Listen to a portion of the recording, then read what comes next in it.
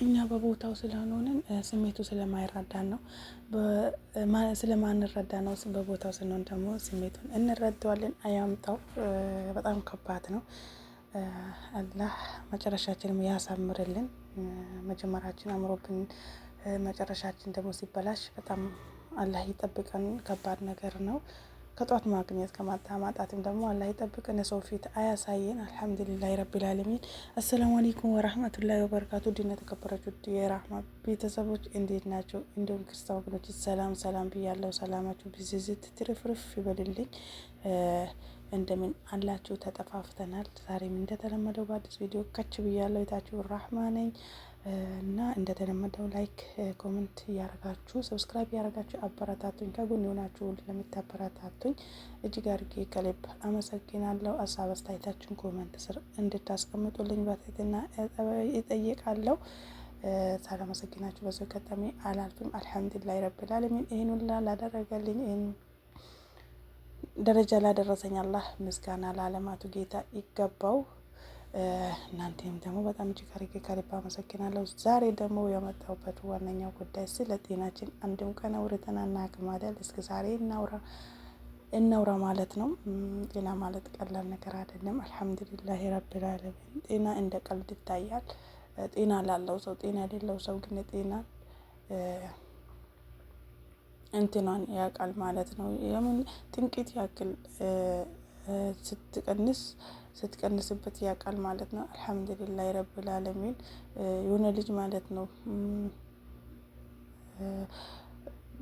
በቤተሰብ ይሁን እኔ እንጃ እንትን አንድ ጣቱን ቆረጡት ማለት ነው። እሱም ሰው ነው የቆረጠው። ቆርጦት ከዛ ብድ ነው ብድ ምክንያቱም እንደዛ ያለበት ምክንያት እኔ ሙሉ አካል የለኝም፣ አካሌ ነው የጎደለው። ሱብሃንአላህ አስቡት እስኪ። አላህ ይጠብቀን ከእንደዛ አይነት ነገር፣ ከእንደዛ አይነት ፈተና በጣም አላህ ይጠብቀን። ምክንያቱም አስቡት እስኪ ሰው ዝም ብሎ ለማይሆን ነገር ብሎ የሰውን ጣት መቁረጥ ማለት ቀላል ነገር አይደለም። ሱብሃንአላህ ወኒዕመል ወኪል።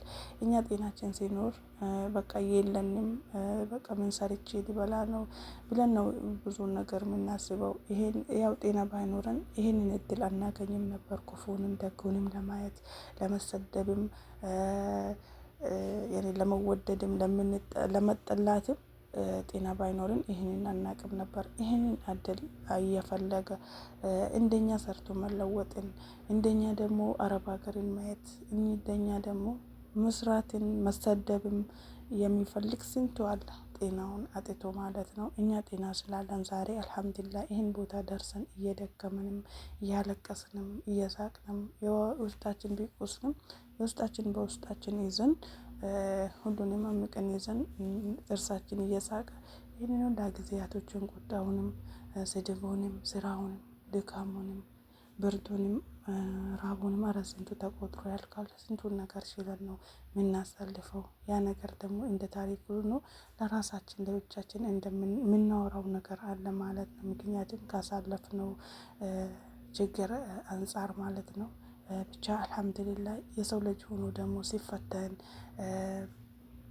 ሲያይ መከራዎችን ሲያይ ነው መከራ የደረሰበትንም ሰው የሚረዳው ማለት ነው። መከራ ያልደረሰበት ሪቦት ያለ የራበን አያውቅም። መከራ ያልደረሰበት ደግሞ መከራን አይቶ ሰውን መምከር አይችልም ማለት ነው።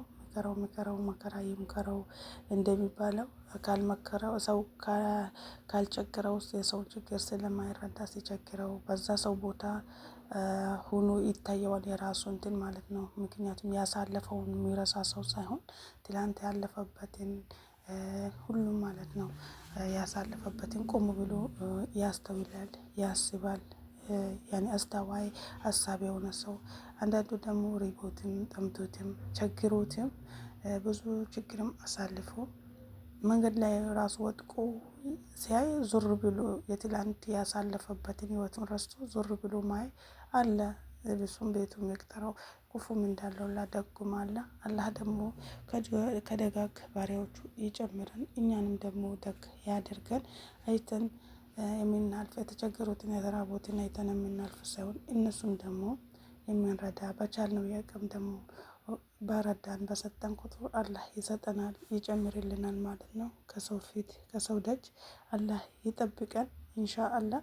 ዋና ጤናችን ካለ ሁሉም ነገር ይሰራል፣ ሁሉም ነገር ይስተካከላል። አይኖ እኛ ይጨንቀናል፣ ችግሩ ምኑም ሲደራረብብን ምርር ይለናል ማለት ነው። ያም ነገር አልሐምዱሊላህ ጤናችንን ስላለ ነው። ዛሬ በስደት ዓለም ብዙን ነገር አሳልፈን ወደ ሀገራችን ገብተን ስናወራ ራሱ ስንስቅ የሆነ በቃ ያሳለፍነውን ነገር ራሱ አስበን ትዝ ብሎን ፊት ለፊታችን መጥቶ የሆነ ትዝታ ቢታወሰ ራሱ ብንስቅ እንደ እብድ ነው የምንቆጠረው ማለት ነው። ምክንያቱም እዛ ያለው ሰው ስለለመደው ኑሮውንም ምኑንም ሁሉ ነገሩንም ስለለመደው፣ ስደት ላይ ያለመደ ሰው ደግሞ ታውቃላችሁ። ለእናንተ ደግሞ አልናገርም መናገርም አይጠበቅብንም። ምክንያቱም በብዙ ቻሌንጅ በብዙ ፈተና ተፈትነን ስለምንወጣ ማለት ነው። አልሐምዱሊላህ ረቢል ዓለሚን። ያ ሰው እኮ ችግሩንም ሁሉንም ነገር ተቋቁሞ ይኖራል። ስደትን የለመደ ሰው ግን በእጁ ያዘውን ከለቀቀ በኋላ በቃ እኔ እንጃ መኖሩን ለመቋቋም ነው የሚያቅተው ማለት ነው። በቃ ሁሌም ስደትን ወላሂ በስንት ተፈትነን ራሱ ብንወጣ ዞረን ወደ ስደትን ነው የምናስበው። ያ ሰው እኮ ለይቶለት ለምዶ በቃ ለምን አንድ ሶስት ዳቦ ማለት ነው ከልጆቹ ከቤተሰቦቹ እንትን ብሎ አይበላም፣ ተቻችሎ አይበላም ማለት ነው። በትንሽ ነገር ተቻችሎ ተብቃቅቶ ይኖራል። እኛ የመዳም ቅመሞች ደግሞ በእጃችን ይዘን ስለለመድን በእጃችን ደግሞ ማጣት በቃ ያ ሰው ደግሞ እንዴት ሆኖ ይኖራል ብለን ገና ለገና ለዛ ሰው እናስባለን ማለት ነው። የራሳችን ሀሳብ ትተን ለሌላው ሰው ከራሳችን በላይ ለዛ ሰው ስለምናስብለት ነው እንትን የምንለው። ያኔ መኖርን እንዴት ይኖራል፣ እንዴት ችሎ ይህንን ኑሮ ይኖራሉ ብለን እኛ ገና ለገና ለነሱ እናስባለን ማለት ነው። ማሰባችንም አንድ ቅንነት ነው። አልሐምዱሊላህ በእጅ ያጣው የሆነ ነገር ደግሞ በእጃችን መልቀቅ የለብንም፣ በእጃችን መያዝ አለብን። የፈለገም ነገር ቢሆን በአሁን ጊዜ በጣም ከባድ ነው። ከኑሮ ውድነት፣ ከዚህ ሀገር ስብጭት በአሁን ጊዜ ካላህ ውጭ ማን ነው የሚታመን? የለም። በእጃችን ይዘን የሆነችን ነገር ሀገራችን ገብተን ደግሞ አስፈላጊውን ነገር መያዝ አለብን ማለት ነው። ለራሳችን ሰው ይናረግልኛል፣ ሰው ይናረግልናል ማለት በአሁን ጊዜ በጣም እየከፋ እያከበደ ስለሆነ ራሳችን ደግሞ ራሳችንን አጠንክረን ራሳችን ደግሞ ትሬት ማድረግ በራሳችን ይኖርብናል። ምክንያቱም ጊዜው በጣም ከብዷል፣ በጣም ከፍቷል። ጤና ይታጣል። አላህ ጤናችንን ይስጠን። ከምንም በላይ ጤና ካለ ግን እንደምንም ብለን እንኖራለን፣ እንሰራለን። ኢንሻአላህ በአላህ ፍቃድ ሞት መጥቶ እስካልወሰደን ድረስ እኛም ሊያሳስበን የሚገባው ያው ቅድም እንዳልኳችሁ ጤናችን ነው። አልሐምዱሊላህ ረቢል ዓለሚን። ጤና የሌላቸው አካላቸው የጎደለ አንድ እጁ የሌለው በአንድ እጁ እንዴት ሆኖ እንደሚሰራ ሱብሃንአላህ። ኑሮን ቤተሰቡን ራሱን ለማስተዳደር ልጆቹን ለማስተዳደር ሲል ምን ያክል ዋጋ ከፍሎ እንደሚሰራ እያየን ነው። እጅ ሳይኖራቸው በእግራቸው ሰርተው እየኖሩ ለምን ህይወትን መኖርን እንዴት እንዳለብን እኛ ከነሱ ጋር መማር እንችላለን። እኛ እጅግር እያለን ጤና እያለን ራሱ እናማርራለን። ብቻ አልሐምዱሊላህ ረቢል ዓለሚን። ያለፈውን ነገር ያለፍነውን ፈተና እያስታወስን ወደ ኋላ መቅረት ሳይሆን ለወደፊት ደግሞ ምን ላይ ደርሳለሁ ብለን ራሳችን ጠርተን ታግለን ራሳችን ማሳመን ይኖርብናል። ኢንሻአላህ ባላህ ፍቃድ የማይሰራ የማይለወጥ ነገር የለም። ዛሬ ቢመሽ ነገ ደግሞ ይነጋል።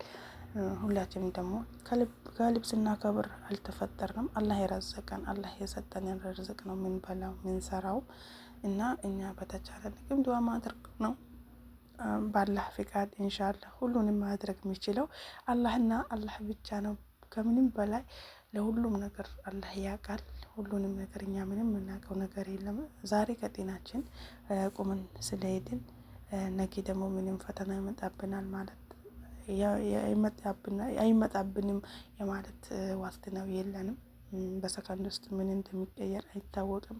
ስለዛ እኛ ራሳችንን ማስጨነቅ የለብንም። ራሳችንን ማረጋጋት አለብን። አልሐምዱሊላህ ረቢል ዓለሚን። አገሬንስ በገባ ምን እሰራለሁ፣ ምንስ ይዛለሁ፣ እንዴት ነው የምኖረው ብለን ገና ለገና እናስባለን ማለት ነው። አናስብ ማለት አይደለም። እናስብ።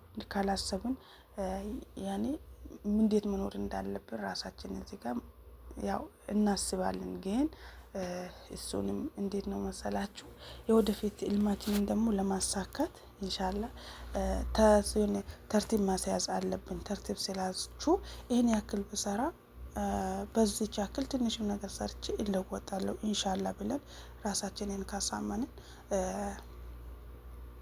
ብዙን እያሰብን እንደዛው ነው ብዙ አመትን መስራትን የምንፈልገው ማለት ነው።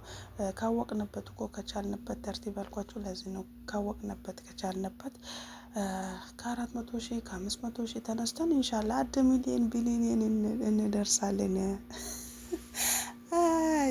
እና ኢንሻአላህ እንደዛ ነው እላችኋለሁ። ውድ ነው የተከበራችሁ ውድ ቤተሰቦቼ እጅግ አድርጌ ከልብ አመሰግናለሁ እስካሁን አብራችሁን ስለነበራችሁ። በሌላ ቪዲዮ እስከምንገናኝ አሰላሙ አለይኩም ወራህመቱላሂ